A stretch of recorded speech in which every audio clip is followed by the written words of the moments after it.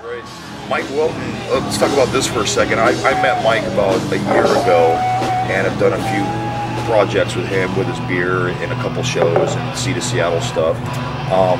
When I heard that he was starting this project up, I don't think he had a singer picked out yet when he was talking first about it to me. And I know he's been through some group changes with Ratchet Head. I know they've, excuse me, done a drummer, change and stuff. But working with Mike, obviously from Queensryche, how is that to be working with a legendary, guitarist? He's great. He's great. If there's ever a person you could meet that you could say is probably too smart for his own good, the guy's brilliant. And I think that has got to be a little bit of a torture to him because he is so brilliant. He, all the way from him going to, he's totally trained, gone to the music college and everything, and he's just always the same. He's very even and mellow and cool, and he's one of the nicest rock stars you'll ever meet, especially considering he's been doing it for 27 years. He could probably not give a flip about the local, what's going on. He's not able to go out often because he gets, mugged practically. Right. Is it a little easier than working with other musicians, in some of your projects, or is it just a kind of a different level? It's easy. It's easier working with him than working with musicians that I worked with starting out. When you finally get to a point of where you start working with musicians that know the drill, it's not their first rodeo either. Of course, he does come with a mentality that's completely different than most local musicians. He's more of a get it done, and why isn't it done? And a lot of people might find that as being demanding, and it's not. That's how Queensryche did it. They didn't really look right or look left or anything. They're very focused on their goal of what they wanted to do and how they wanted to do it.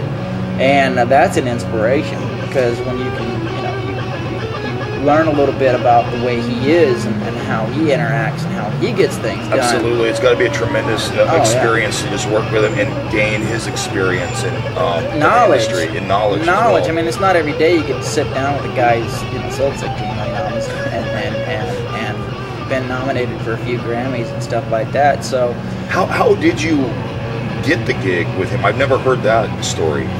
He came out to Waldo's in Kirkland when it was still open, and Jar of Flies was playing, and I believe a buddy of his had told him, "You've got to check this guy out. He sings for the tribute band."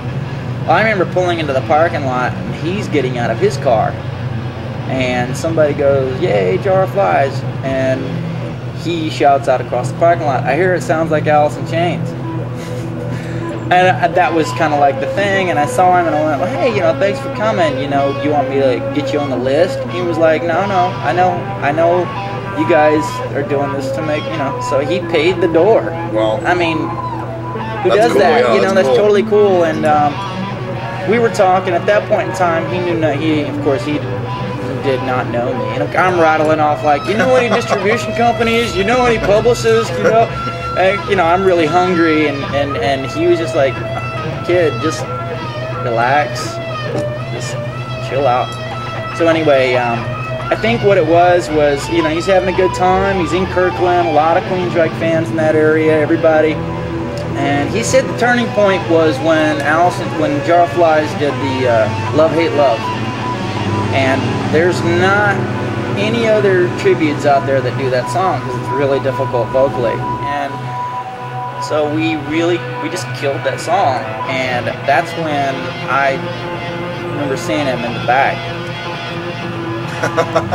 Like, what? And so he got my number, and he was doing something for a compilation CD and was wanting me to get in the studio with him the following week. But it didn't work out. That was like 3 years ago. So it's been a long time coming. We've kept in contact. He's been able to see that I'm not like a nutcase or a jerk or anything like that. We kept in contact, and then the whole Ratchet Head thing started coming about. He sent me some songs. And what's the feel of Ratchet Head? I haven't heard it yet. I know the single's out. I was waiting for you to send me one via email. But tell me the. Well, I'm glad for the record. I didn't send him one. I'm waiting for it. I didn't send him one. I should get brownie points. So, because everything is when when you start dealing with a band that is getting attention and people want to know what they're doing and everything else. Unfortunately, secrecy is a big thing. So we really can't let people get out all of a sudden, and everybody's got a free copy and Sure. so on and so forth. It's a really heavy project. It's not quite metal, but it's heavier than hard rock. So it's like, I know Michael has said that it's his darker, more, it doesn't have a sadistic side, but it's his darker, more sadistic, more heavier, more ballsier, blacker. The blacker side of him. It's like the darker shade of black, I guess you could say. So that's and it has been. I mean, it's been a challenge. It has been a challenge because all I get is riffs, and then I have to add vocal lyrics to it. And so a lot of times he doesn't send you full songs like with the band. He just sends you the riffs, and then you take the riff and add your vocals to it. Right, because we're co-writing. So, which is again another honor. Right. I mean, how in the world did I get that opportunity? Thank you. We've only known each other for a short period of time, and I know I've got a really good feeling of knowing exactly what he wants, which is bizarre. What's the label? It's Rat Pack Records. Are they local? No, they're in the Northeast. Okay. They're in the New England area. And being able to talk with the president of the company, who has an open door policy, and pick his brain on how to even help. I mean, he even must be talking about how to take blood change and stuff. Now, I heard you guys have a video that you were either going to work on or have done. Yeah, it's on YouTube. It's going viral already, and it was for Aaron Buell when he left Harley. He's coming out with one street bike next year. And so the single "Coming for You" was used as the background music for the Eric View commercial featuring street bike. Nice. And it's a mean bike. So Buell Motorcycles is definitely back on track, I'm sure.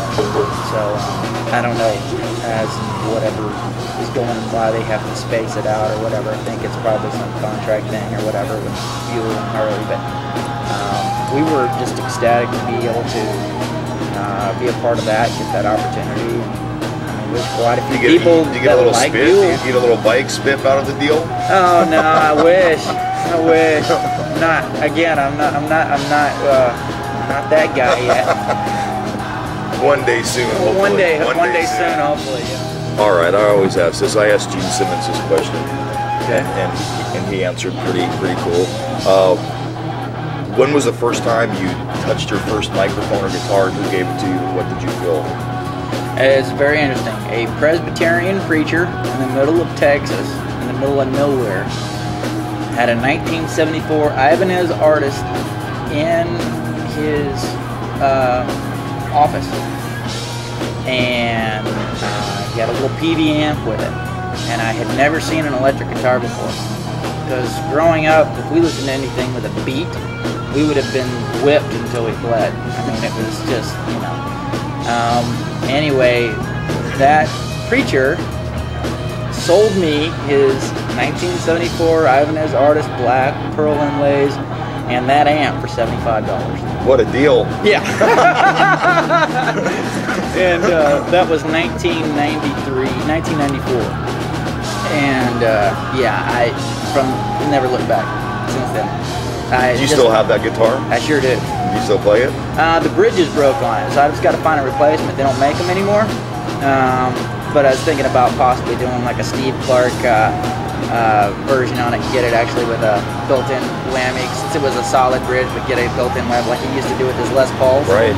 And but we'll see. Really heavy guitar though. Those things were heavy, man. They just break your neck wearing it. But yeah, that was the first time. And then I guess it was probably a year later I started my first band, and I got behind a microphone for the very first time. Well, behind in that setting. I mean, my first performance was at the age of 4.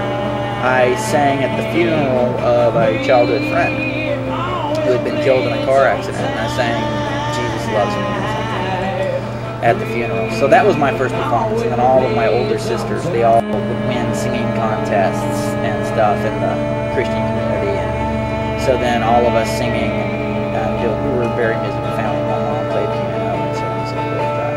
But yeah, and then my eldest sister wrote some pretty successful songs. I'm in high school, I couldn't even play a radio right. I was more into sports, but when I got out of high school and got, like I said, turned 19 or 20, and all of a sudden the music bug hit me, and when it did, it's all she wrote. He's both feet in. It wasn't. I never once thought about being an amateur or just doing it to put around. It's what I was wanting to do. So since 1995, it's been full-on assault, and I've made a lot of mistakes, and a lot of times people say, why haven't you made it bigger than you have already? And I said, well, number one is because I was supposed to play for you tonight, but number two, I spent a lot of my time in my own way. Spent a lot of time in my own way and not allowing things to come to me, not allowing the process of life to happen, not allowing, not maturing, not evolving, not growing. And I'm thankful that I didn't find success 10 years ago, or big success 10 years ago, or I don't know if I'd really be even alive. I had a lot of issues I needed to deal with and get through, and everything else, especially with my upbringing. And so now I feel like I'm probably as ready as I'm going to be, but I'm open to, if I have to go another 20 years before I even get anything, a full-time job in the industry. Well, I guess I'd already have one, because for the last 2 years I've been doing nothing but music, no day job.